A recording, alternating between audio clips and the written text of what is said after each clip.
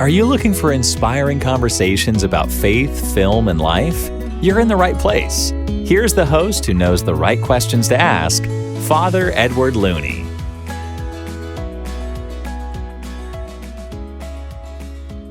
Hey everybody, it's Father Edward Looney back at you with another conversation. Grateful that you tune into the podcast. Each week, of course, I bring lots of different interviews to you. And last week, you might notice that I dropped a bonus episode. It was a talk I gave at a conference, really to help promote my new book, Places of Grace. But also then, this week too, there's going to be another bonus episode. It's going to be another talk I gave at a conference for Catholic writers, consecrating our work to Our Lady. So those bonus episodes typically drop on Thursday. So keep a lookout for that. But today, excited always when I can have conversations where I'm not selling somebody's book, where I'm not promoting a movie, but where I'm just talking and sharing a human interest story. Those are some of my favorite conversations. I know podcasters have to interview the authors and filmmakers and all of that, but I'm really looking forward to this conversation. It was actually a documentary filmmaker named Taylor Pipes who really alerted me to this story, I guess, if you could call it. James, who we're going to be speaking with, he posted on Twitter, and he was going to be starting this month-long walk along the shoreline of Michigan. And this documentarian really thought I would be interested in following along, probably because I'm from Wisconsin. Kind of this is in my backyard a little bit. I had actually personally hoped that I'd be able to go meet James as he was walking the shoreline and maybe do a little bit of what we'll call the way of Michigan. But it didn't happen. But I was able to communicate with him through Twitter, through text messaging, and grateful now that he can sit down with me through Zoom, that we can have this conversation, that he could share why it was that he decided to walk along the shoreline of Lake Michigan for basically a month. So thanks so much, James of Michigan. That's your Twitter handle. Thanks for joining me today. Yeah, thanks, Father, for having me. And it's great we kind of gotten put in touch in that way. And yeah, happy to talk about the trip. Yeah, it's funny, like Jesus says in the scriptures, the sheep or the shepherd knows his sheep, but sometimes the sheep know the shepherd too. So Taylor knew that I would be interested. And so he knew that it'd be right up my alley. And he was right. If this was baseball, that was a home run pitch, So anyways, yeah, well, maybe just to start out, you're on Twitter, you have this account, you announce you're going to do this, I think, what is it, 400, 500-mile long walk? What inspired you, or maybe what possessed you to do something like that? Yeah, it's sort of a long story. I'll try to keep it brief. It started a few years ago. Finally got around to being able to do it this year. I just had like a month-long window where I could take a break and do it. So I grew up Catholic, but not that devout, or not, I went to church with my mom, but it wasn't like a big part of her home. And I kind of fell away from it for a number of years. I didn't become atheist or anything. I just wasn't really practicing. And then about maybe 5 or 6 years ago, I started getting all of these. I like the term God wink or synchronicity. That sounds almost too academic or something, but like a God wink, or these kind of revelatory moments that were just beautiful, kind of divine moments. I couldn't deny it, and I didn't really know what to do with them at first. It wasn't like God was saying, James, come back to the Catholic Church. It wasn't like written out hyper specific messages like that. It was just these kind of undeniable kind of taps on the shoulder from God, just that like he wants to get my attention. So that in itself is a long story, but I had a number of these kind of like little signs for a couple of years.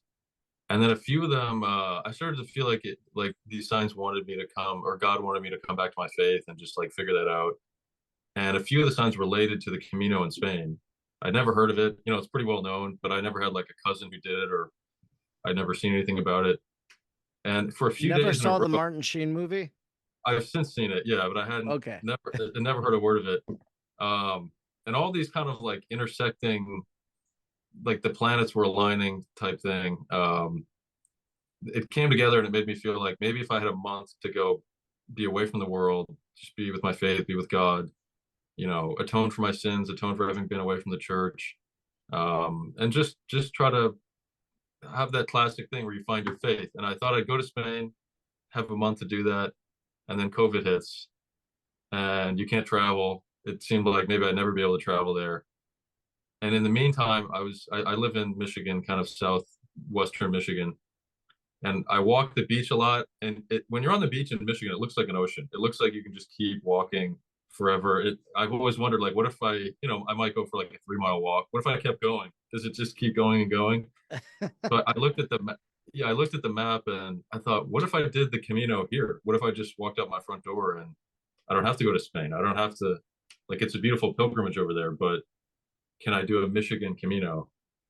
And with the same purpose to just connect with God, to kind of like not just seek God, but kind of initiate a true life of faith. I think I for a couple years I'd been dabbling with it, or I'd been in that state of seeking or yearning and sorting and sifting through it. But I wanted to almost like plant my feet in the ground, anchor myself, and decide, like, for the rest of my adult life, just to anchor myself in with something difficult, with something, I don't know, long. And anyway, that was 2 years ago. This year I had a little window I could take a break.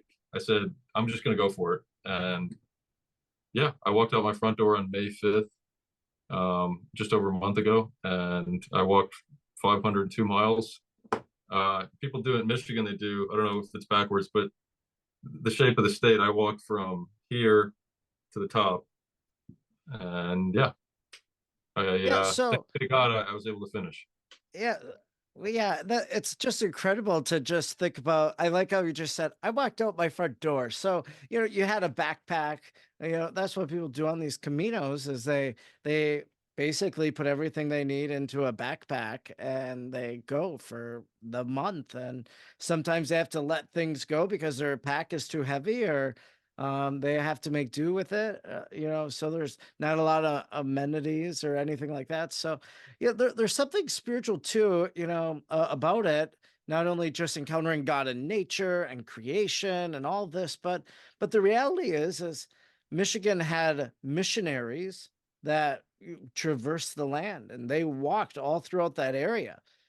In fact, when you got up to Mackinac Island or Mackinac City, there's like a little park there to one of the Jesuit missionaries, whether it's Pere Marquette or Father Alloway. I don't know which one it is, but the missionaries were there. And so and they would have walked. They would have gone by canoe on water or whatever. But in some sense, I think there's an ode to this past history then, of an itinerant people that would have been walking this land so long ago. But yeah, I guess, did you feel a connection in any regard to that, or do you know, has anybody else ever done something like this before, of the magnitude that you did for Michigan? Uh, yeah, I think when I started, I might have known a little bit about those missionaries, but it was more as I got further north.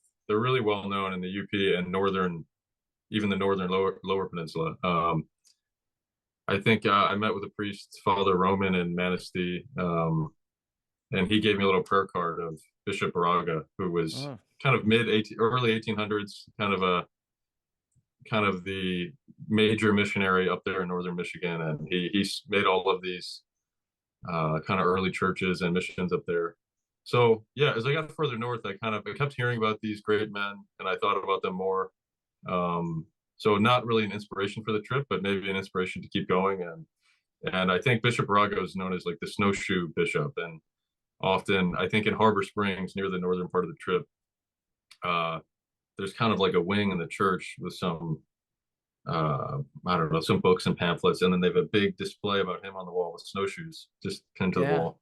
And not that it's snowing all year there, but just like knowing for 6 months everything's covered in snow. He was meeting with Native Americans and, evangelizing them.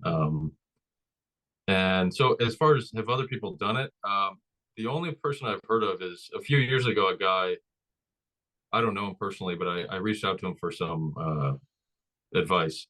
But he made a film about a very similar walk. He walked the whole coastline. He didn't do it as like a Camino. I think he is Christian. I think he's a Protestant of some sort, and it seemed like his walk was very much focused around God. But the movie he made about it wasn't. I don't think it was like explicitly a Christian endeavor. He just wanted to do this walk as a through hike, and I think he was really interested in following the actual coastline. I was kind of near the coast the whole time, or on the beach, but this guy like really stuck to the water the whole, unless he had to cut up and go inland, like he would like walk every little bit of the coast. So anyway, like I thought no one had done it. When I found him, I emailed him. He told me a few of the parts of the route that might be tricky, like there's power plants, or there's I don't know, there's like a river that you might not expect. And so he was helpful to talk to. But other than that, it's not a known route. And I think that's what made it sort of difficult, because in Spain, it's hard to walk that many miles, but you can follow these signs, just keep going this way, or you follow all the other pilgrims, and there's places to stay. And for me, I had kind of mapped it out beforehand, but there's no route. I'm just making up the whole route. Um, so yeah, kind of winging it a little bit. Yeah. So let's talk a little bit about some of the practicalities of this. Obviously, you said you had a hole in your schedule, 30 days that you could do it. So the schedule permits it. Not everybody could do something like that, but just so happened that you could. Okay, but like you walk out your front door, you have your backpack, night comes the first night. Like, where do you sleep during these times? So for 30 days, did you just sleep on the beach, or like what was that like, I guess? I'll say if I had to have slept on the beach, I don't think I would have made it a week. So I did a few times I slept on the beach, but if I had to do that the whole time, it would have been just completely undoable. Because anytime you sleep, anytime you camp, unless you have like a big nice tent and a fire and all these, like, if you drove a car to a campsite, you can sometimes get a decent night of sleep. But I brought this little tent with me as an emergency if I did have to camp. It's like a bivouac tent. It's almost like a coffin. It's just a little bit longer than my body, a little bit taller than, like, you just slide in there. It's tiny. You Huh. can't stretch out. You can't really sleep. So I did use it. But usually what I did is I stayed at either a motel or I stayed with people that I knew. I didn't know that many people, especially like the more north you get, Michigan gets really remote. Mhm. Um, just beautiful little small towns, but it's not like, big cities and suburbs where I know a lot of people. Um, but so along the way, I might have had 4 or 5 people along this month-long trip beforehand that like had agreed to host me, um, which was so kind. I didn't expect to have anyone kind of willing to do that, but I had a few. And then as I went, more people just kind of appeared. Hmm. Like I reached out to a priest in Charlevoix, Father Peter. He was wonderful. Um, he just, I wrote this little one-page thing for him about the trip, and he was willing to take a look at it, and he kind of trusted that I was a normal guy, and like it was an earnest trip. And he put me in touch with another priest, and eventually I stayed with that priest's dad in a kind of really small town near Sleeping Bear Dunes. Let me think. I stayed at a few rectories. So I stayed at the rectory with Father Peter, um, and then in Harbor Springs with another priest. And I think there were a few more, but I guess my point is just being halfway through the trip, not having plans for like all these little towns. Hmm. And then you get there, or maybe the day before, like someone puts me in touch with another person, then I suddenly have a place to stay. Um, Father Peter also put me in touch with 2 parishioners who hosted me, just at their homes. And so that just the kindness that I encountered was so wonderful. Like, not that I'm pessimistic about people beforehand, but being vulnerable, being out on a trip like this. And again, I have the tent, I can camp if I have to camp. but I'd get like 2 hours sleep in the tent. I'd be cold. It was just not a good way to sleep. And yeah, just these kind of miraculous seeming people when you're just in the thick of it. Like, I don't know. It meant a lot. And it felt like God, I felt God's presence throughout the trip. But those moments where there's that moment between two people, I think I felt it the most. So did you feel safe? Another practical question. You're walking along the coastline, are you afraid of wildlife? You're afraid of, coming across an encampment that you didn't know was going to be there, and maybe there could be ramifications or something. Like, was there any time, a moment that you felt unsafe? Probably the only time. Well, a few people warned me about bears. I didn't really feel that unsafe, but when I got about halfway up the state, there are no bears where I live, but about halfway up, people started saying like, might want to get some bear spray, which I never got around to doing. But the only time I felt unsafe was, and it was just for a moment. The second night I camped at the beach. The first night I stayed with the deacon in the town north of me, and with him and his wife. So that was great. So I had like a place to stay. And then the second night, my feet really hurt. I couldn't get as far as I wanted to. And the sun was going down. I was on the beach. I just thought I'll put my tent here and just, I don't know, see if I can make it through the night. And at about like 11 o'clock after the sun was down, some people had been down the beach watching the sunset. Like the whole coast of Lake Michigan is beautiful. You look west, the sun is setting. Like it's I'm sure the Wisconsin side's great too, but you get a good sunrise, I think. So people were watching the sunset, then they left, and then somebody showed up at like 11. And I was thinking like, maybe I'm on private land. Maybe this is the homeowner. He's just going to come down, and I don't know if he has a problem with me. And he had a flashlight in his hand, and he's just walking toward me very slowly. Like he's like 200 yards down the beach, and he's just coming slower and slower toward me. And I grab my tent, my sleeping bag, I stuff it in my bag just in case I have to get out of there. And he's coming toward me, and he gets closer. He has a big white beard. His face was kind of dirty. So then I started thinking, is this kind of, I don't know, kind of a weird guy? Is he kind of sketchy? Like, is he just like a wanderer on the beach? Why is he down here at midnight? Anyway, he comes closer. I say hi to him, and he responded with a very harmless, just nice, friendly voice. So I felt fine. And then I said, well, hey, buddy, what you doing? And he said, I'm looking for Yooper rocks. And I had no idea what that was. Like a Yooper is like the UP. A Yooper light rock or something. Yeah. Is this guy's name Eric? No. Do you know this Eric? There's like a social media influencer from Michigan named Eric. Like it starts with an R. Like he's a huge Lions fan, which I hold against him. But is he a big rock hound? Yeah, he does like rock discoveries, Yooper lights, and they glow in the dark or something like that. I'd never heard it. It only got discovered like in the last 10 years. There's these special rocks that they have a mineral like sodalite, I think it's called, and if you have a UV flashlight, which I realized that it wasn't a normal flashlight the guy had, it was this UV black light. And if you shine them onto these rocks, they glow like bright orange. It almost looks like lava or something. It's like really very, very bright. But if you don't have the light on it, it looks like a normal kind of uninteresting gray rock. So he comes by and he's telling me about this. I'm thinking like, is this guy on drugs? Like, he goes, yeah, I'm looking for Yooper rocks. They glow in the dark. And he's by himself. It's a very remote stretch of beach, by the way. It wasn't like near a public beach. And I go, okay, man, like have a good one. And if you find one, show me. And then he comes back like a half hour later, and he has this little rock. He shines the light on it. It was incredible. Like after the trip, I ordered one of these lights just to go look for him myself because never heard of it. Anyway, so the point of that was I started a little bit scared that, I don't know, why is this guy walking toward me around midnight with a flashlight?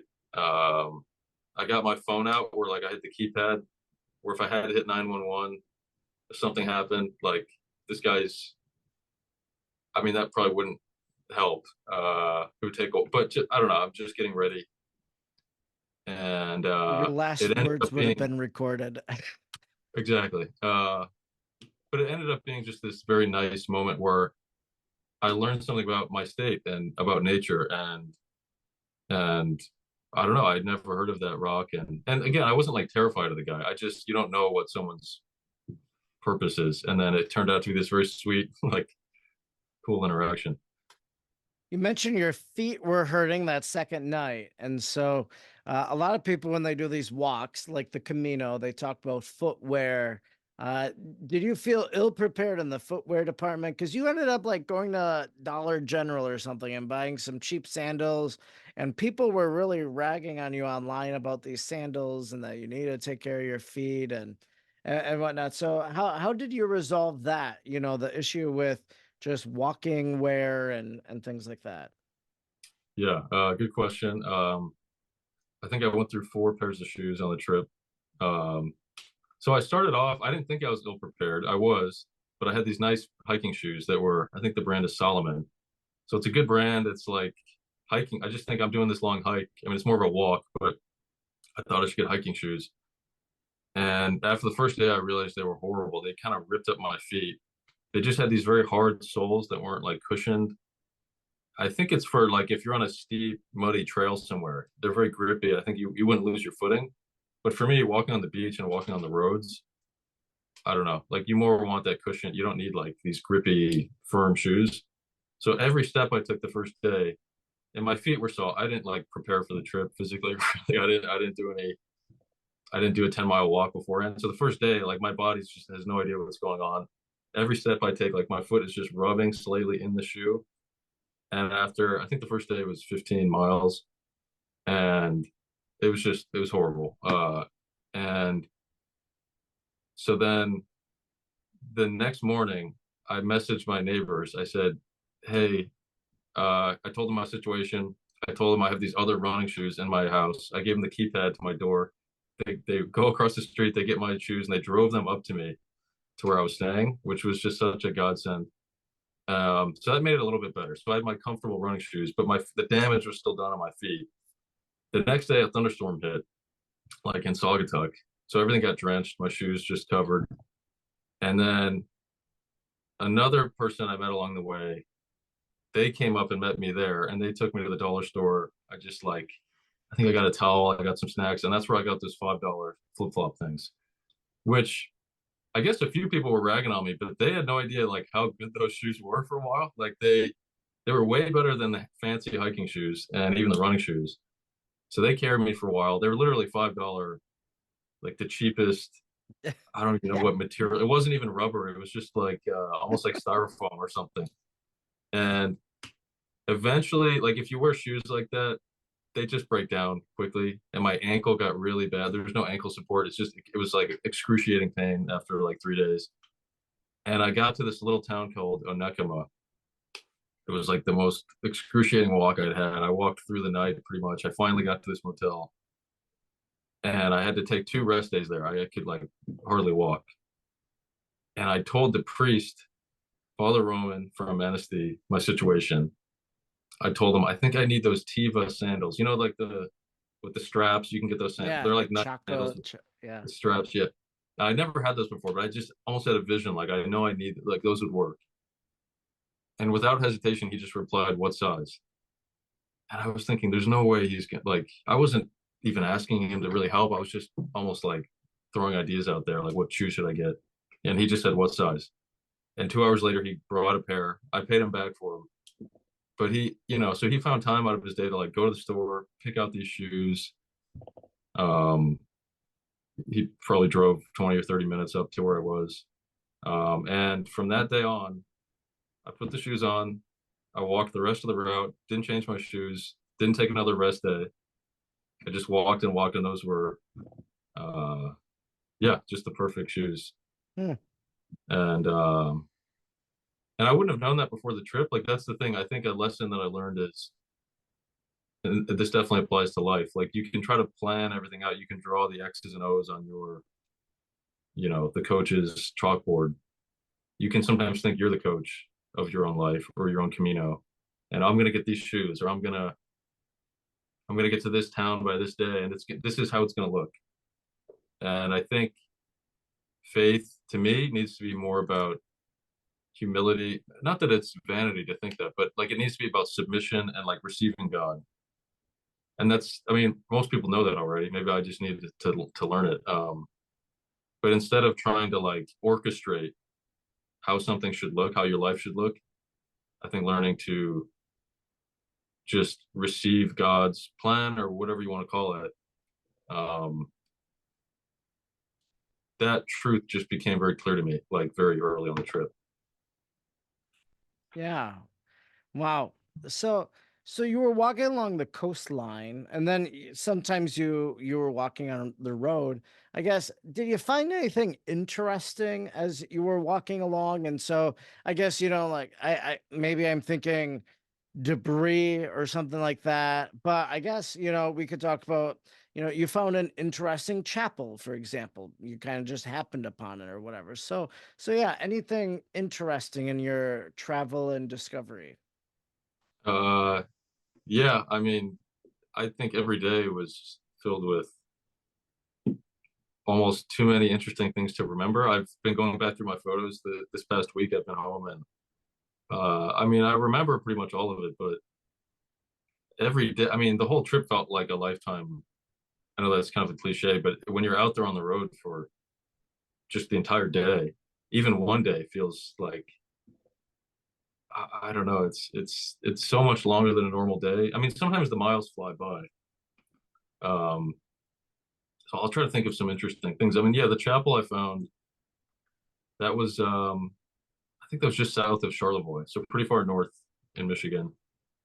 It wasn't a Catholic chapel, but this roadside. I know you've had Yeah. a lot of experience with roadside chapels, but it was this tiny little white wooden building. I think there was like a small parking lot, which I didn't have to use. I walked there on foot, but um, I walked in. There were sort of two rows of pews, if you could call them that. They're so short that it was almost like four seats, and they had a little stand at the front with I think a Bible on it. Little stained glass windows, just everything in miniature. And I went inside and just maybe spent 5 minutes there praying and just kind of, having a nice rest. Um, I mean, I'd almost have to look back through my photos to think of like the Sure. most interesting things. Yeah. Yeah, there were a lot of like just I'm trying to think of the most surprising thing. I mean, one focal point that didn't surprise me because I knew going in that I would see these were just the lighthouses along the way. I kind of made Oh yeah. lighthouses a bit of a theme. You I had a finished. passport or something where you like Yeah, yeah. I'll grab that 1 second. keeping track.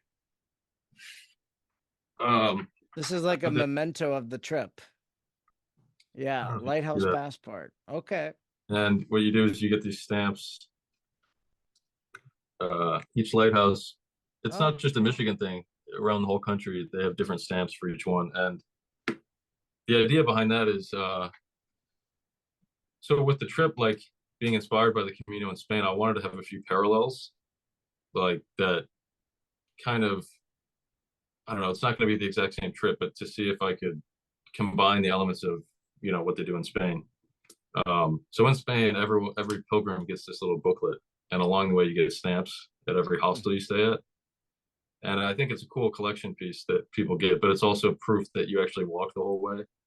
So you can't sneak in and get the cheap, someone can't show up at a hostel and say, I'm a pilgrim and get the cheap nightly rate. They have to show they walk the whole way.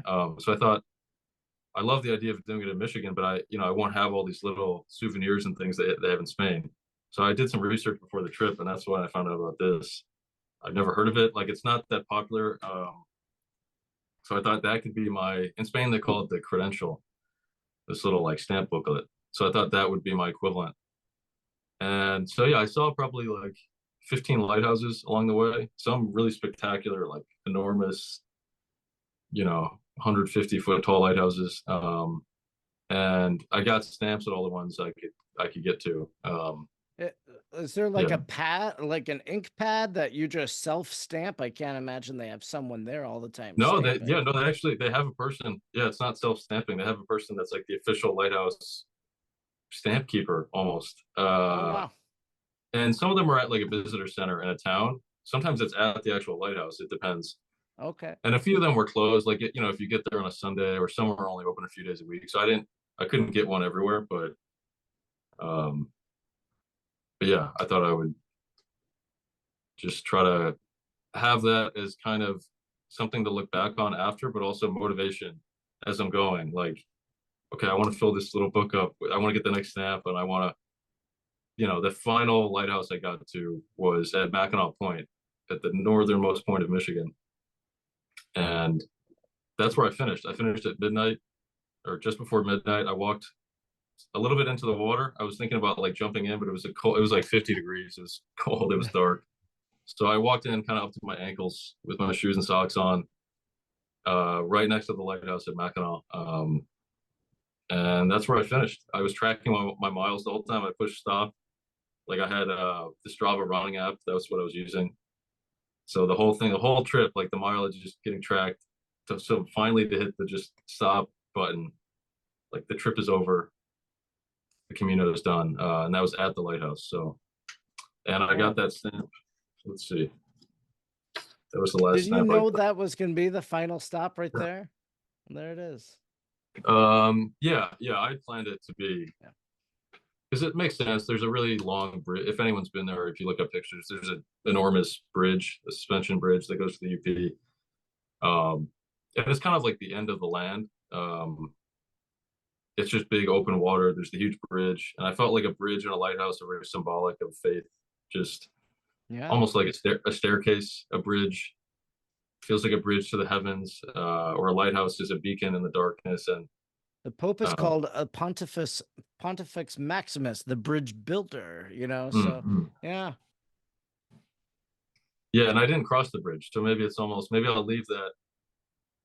I'll cross that bridge when they come to it, as they say. Sure. Yeah. Whenever my life ends, I hope to, cross the bridge. And I don't know. That's not for me to decide, but I thought symbolically to leave. There's something still left to cross, I guess, is like definitely. how I was looking at it. So you ended in Mackinac City then? Yeah. You didn't go to the island? You didn't take the ferry across? Didn't go. I was like, okay. Trip is over. I got picked up by family, went home. Oh, yeah. So what do your family think about this whole crazy adventure of yours? Yeah, I think they love it. They were very happy to see me. And I don't have like a wife and kids of my own. It's parents and siblings. But yeah, they very supportive, and I think they were happy I got through safely. I think my mom was a little bit worried at sure. a few points. But yeah, it was just great I didn't have to like hitchhike back, or take a bus. So I was really glad that like I finished. They didn't get me at midnight when I was standing in the water. I stayed the night there and met them the next day. But where'd you stay that night? The Best Western? I stayed somewhere. It was called like the Lighthouse View Motel. Okay. Because there's all these motels there, because everybody wants to go to the island. So there's the whole city is like motels. And of all the names, the one that's mentioned, the lighthouse, I thought. I see. Yeah, that's calling my name. Yeah. Did you make it to the Cross in the Woods in Indian River, Michigan? I didn't make it there just because that's pretty far inland. I thought about going. Yeah. That's like this huge crucifix that I've never been, but a lot of people told me to check it out. I was there a few months ago, and then I'm taking a bus trip. We're going to Detroit, and we're going through the UP. We're staying in Mackinac City. Then we're going to Indian River, to Frankenmuth, to the Christmas store, and then to Detroit. So to see Solanus Casey. So anyways, yeah, that's why I was just curious if that was a part of it. Now, one of the things I saw along your way was that, I think you had some interesting encounters. I think one of them was you were at a bar or something like that, and maybe you left your walking stick, and then one of the patrons brought you the walking stick. So that's an interesting encounter, I guess. Like, just the fact that because obviously you must have told them your story, you told them you were walking, and they went and they looked for you. But then also there was this one story that I saw that you tweeted, that someone, and I forget who it was, but they basically said, well, yeah, we saw you and your friend walking. And like, you're like, no, there was no one else. And so, who was the other person they saw? Your guardian angel, the Lord, um, I guess, could you just share about those interesting encounters that I noticed? Maybe there's others too. You've mentioned the priest and other people, but I just thought those were two like ordinary people that were communicating, this aspect of your story and being a part of it.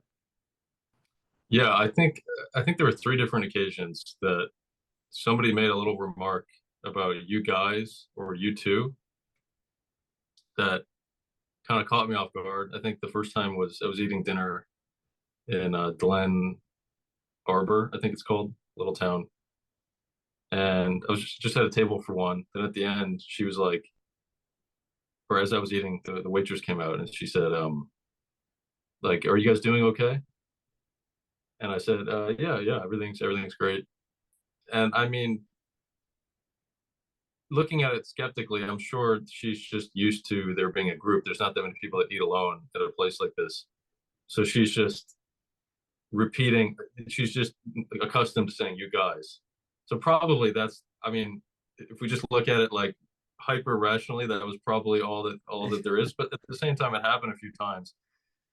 Um, like I'm very obviously sitting there by myself. And then I think I left in another restaurant and they said, hope you guys have a great one or something. And then another time, I was at this sort of outdoor bar in Northport, way up north, and I was sitting there, and there's this big group of people, and they kind of saw me, and they invited me to. They thought I looked interesting. They said, "Hey, what are you up to? Are you hiking? And tell us your story." So I went over that. I was kind of trying to entertain them a little bit, and then one of them chimes in, and he says, "Oh yeah, I saw." He's like, "I saw the two of you, like you and your friend, walking in the rain earlier," and he's like, "So yeah, I think that must have been you. Like, we saw you, like we passed you in the car." And I said, "Interesting. Like, it was just me. I don't know who else you saw." So that's why people on Twitter were chiming in and saying, "Was St. James walking with me or guardian Mm, angel?" yeah. And I don't know. I mean, I don't tend to get too, I don't know what the word is. Superstitious sounds pejorative. I don't tend to get that, I don't know, imaginative with those kinds of things, but I'm not Closed opposed off to. to it. Yeah. Yeah, I mean, I don't know. I can't. It's like these invisible helpers we have around us. Like maybe people were seeing something.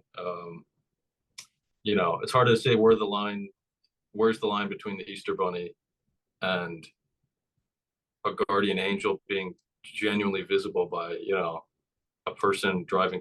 I don't know. I don't know where the line is, but at the very least, I took it.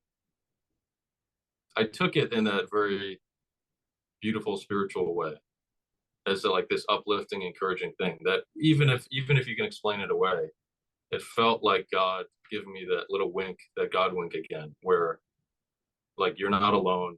You're walking all these miles, seemingly alone, but like there's someone next to you. And yeah, that helped kind of perk me up a lot.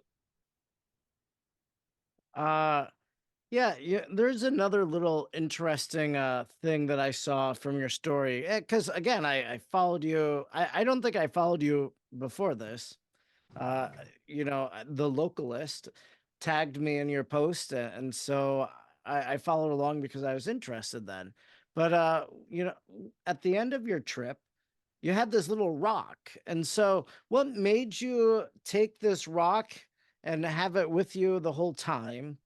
And how did you know to lay it at this crucifix or this cross that you found and to have that moment of prayer with this rock? What's the symbolism of the rock there? So the rock, it's another of those parallels I tried to make from the Spain Camino, like with the lighthouse book and the credential stamps that they get. Um, so in Spain, there's a Cruz de Ferro, which is like the Iron Cross, cross of iron, and it's a tall iron cross that's not quite at the ending point, but it's maybe like three quarters of the way through the Camino if you go the French way. And it's this, I don't know the whole history of it, but it's this large cross where people will lay a stone at the foot of it that they've carried the whole way from the start of the Camino. People will pick up a stone, and I think it's meant to symbolize, it's partly like their efforts on the pilgrimage, that you've done this walk for God, just out of love for God, and wanting to be closer to your faith. But I think it also symbolizes sort of the sin that you've carried with you in your life, that maybe at the start of the journey, we're all sinners, and if you have, feel like sins that you're partly atoning for on the trip, once you get to this iron cross, Yeah. you can let it go. Like, you've atoned for it. You can just drop it at the foot of this cross and continue on towards Santiago, which is the ending point. Wow. And there's a little prayer that people say, and I'd heard about. So I'd never done the Camino in Spain, but I'd heard about this. I think in the Martin Sheen movie they have a scene at this cross, and so I brought the prayer with me, printed on a piece of paper that by that point was all like water damage. I could still read it, but that was almost a symbol in itself, that this paper was all kind of warped and faded. And I had this rock that I picked up on the first day, just in my bag the whole way.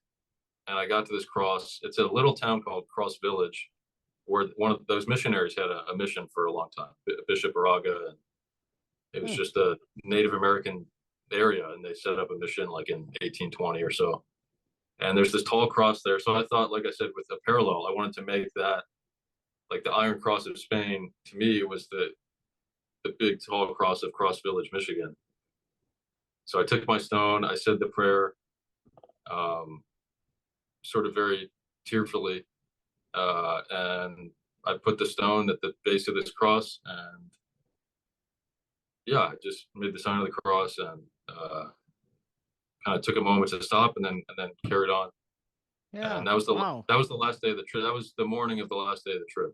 So It's a beautiful little, beautiful little story for sure, and devotion too, and the fact that you're again able to make that bridge between Spain and the Michigan Camino that you were doing. So you walk about a month. You walk every day, all day long. Tens, dozens of miles. 12 miles, 15 miles. I'm sure. Like, what do you do during during that time? Were you praying the rosary? Did you have rosary beads with you? Was that something you kept praying over and over? Or like, what consumed your time during the walk? Like, how did you make use of that time? yeah, I'd like to say I prayed more. I did. I honestly, the sort of mental energy that I was expending the whole way, just, and physical energy, I kind of had to like compartmentalize, as people say. I did pray along the way, but to sort of get out a rosary or do a prayer routine, like at times that was just too much. I just kind of had to focus on left foot, right foot, left foot, right foot, just walk. So I really didn't honestly pray that much. If I did, when I prayed, I more just kind of tried to speak to God from my heart about various things. Because even to do a rosary or any kind of prayer, I kind of usually do a different prayer routine. It's a little bit like rubbing your belly and tapping your head when you're walking that far, because it's not a stroll. Like, you could walk through the park and do a prayer routine, but when like my feet are hurting and I'm walking, most days it was 20 miles. The last day was 30. So it's hard to multitask is my point. Sure. But yeah. So along the way, I mean, I would listen to music mostly. Um, Sometimes I would listen to like a podcast just to pass the time. Even I'd prefer to listen to something that relates to faith, but often I just would play some sports thing just to pass the time. I mean, it's a lot of hours. It's like, if you're just walking all day, Yeah. it's like, maybe I listen to like a Pints with Aquinas podcast, but then it's over. Even 2 hours, that's a long podcast, but then I got like 12 more hours left. So I'm just looking for like, what can I even Yeah. listen to? But like, I lost my headphones at one point, and so I had to conserve battery. So anytime you're like streaming a podcast, it's kind of sapping the battery. So often I would just walk with nothing playing. I would just walk and think. look at everything around me. Like every step along the way, every 10 minutes, there'd be a new spectacle. Like even just the way the trees look, the way some chapel would appear, the way, I don't know, the vast ocean like Lake Michigan would just like appear through the trees suddenly if I was up high on this bluff. Sure. So like I said, I would listen to music, but I didn't always have to. I don't know. Sometimes I would just turn everything off and just walk, just step, step, step, and I don't know. Try not to think of much at all.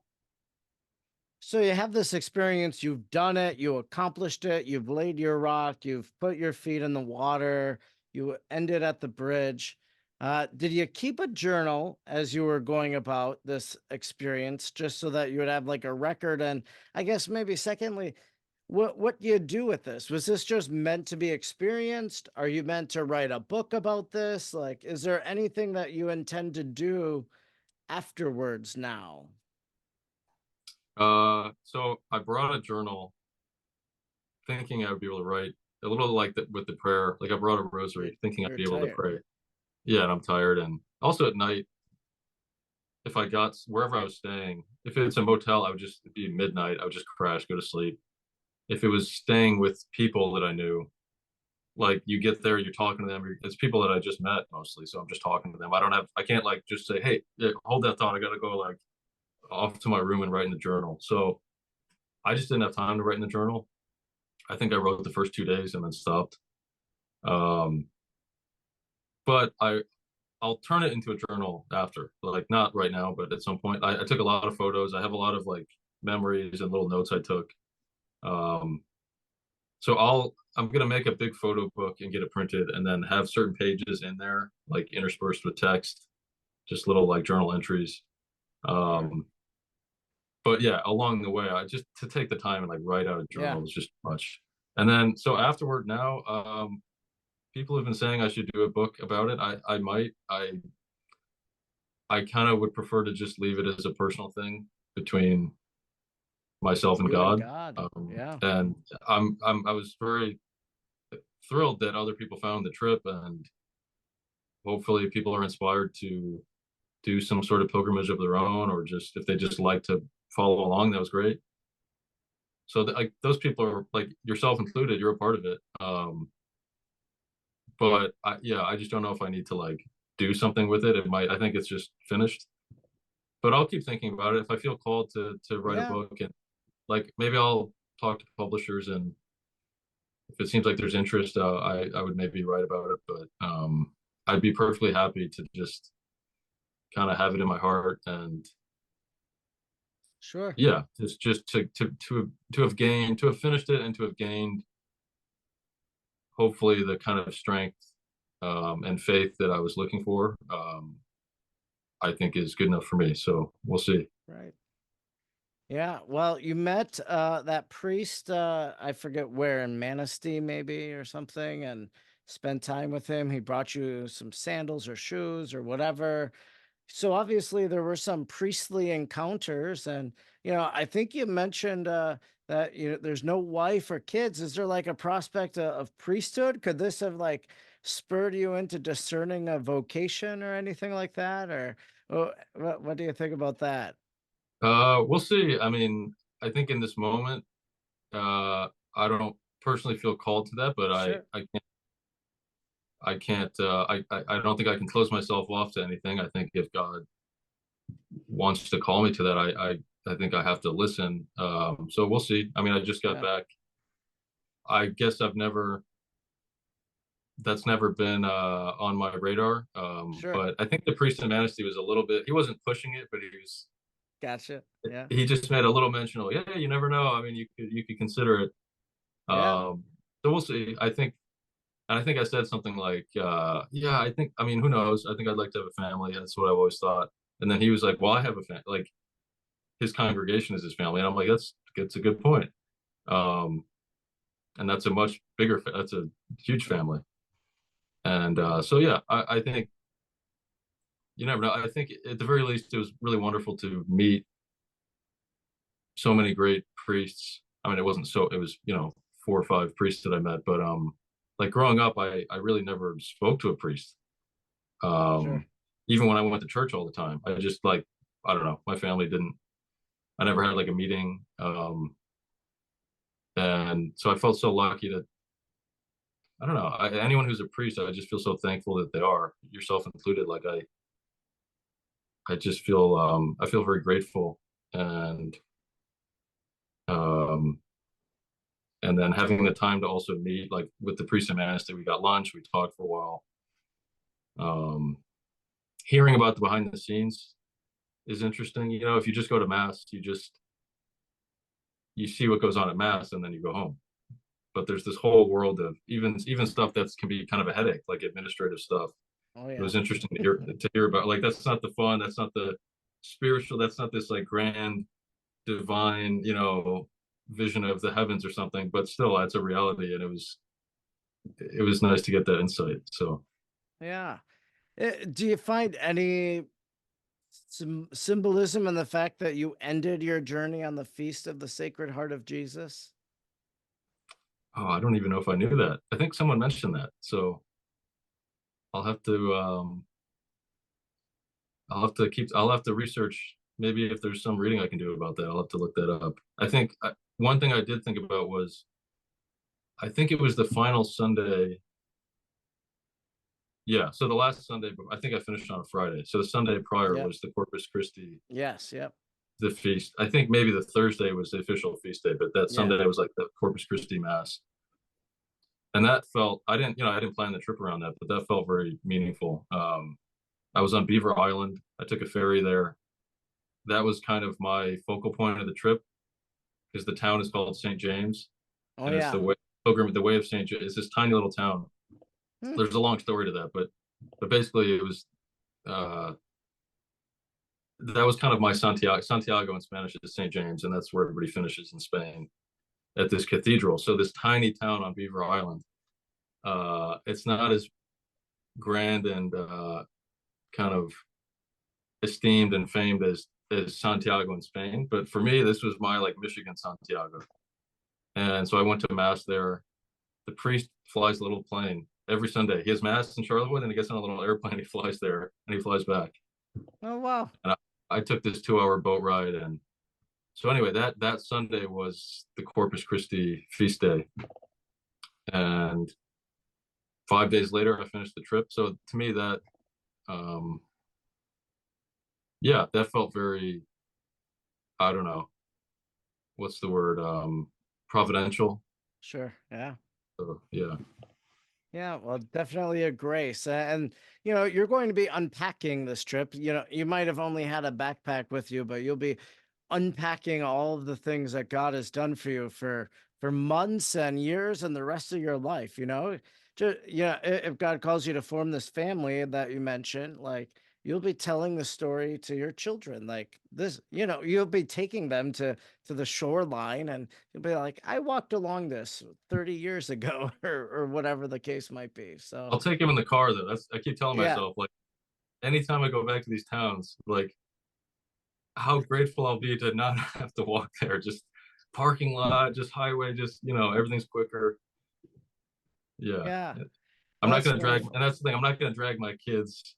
If I have kids someday, I'm not gonna say, okay, we're gonna walk 20 miles to that town. Like, like Yeah. no, hop in the back, I'll take you where I went.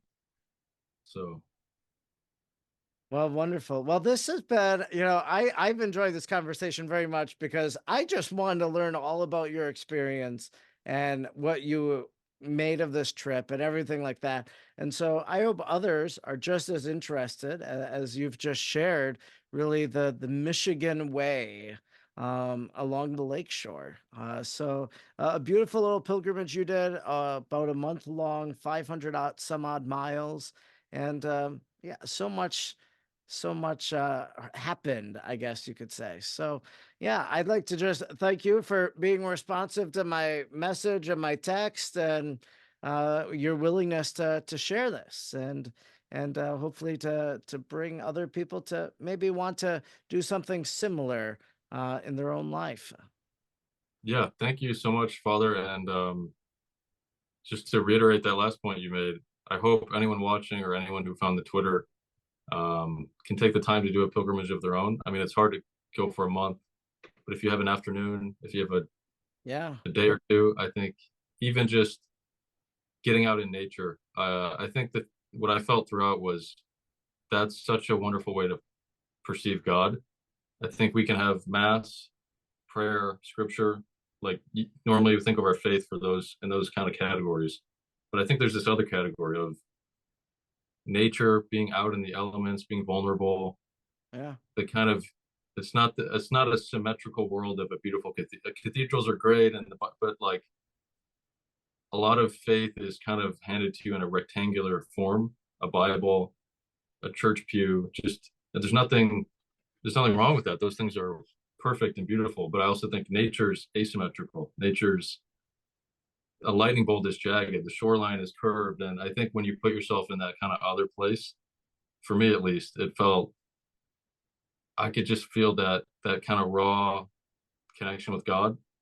So anyway, anyone listening, I hope if you can take even 2 hours, just go off in the woods, just get lost somewhere, and I think God will show himself to you. Yeah, definitely. There is in Crivets, Wisconsin, or there's a waterfall. I can't remember right now. Dave, no, not Dave's. Armstrong Creek, maybe.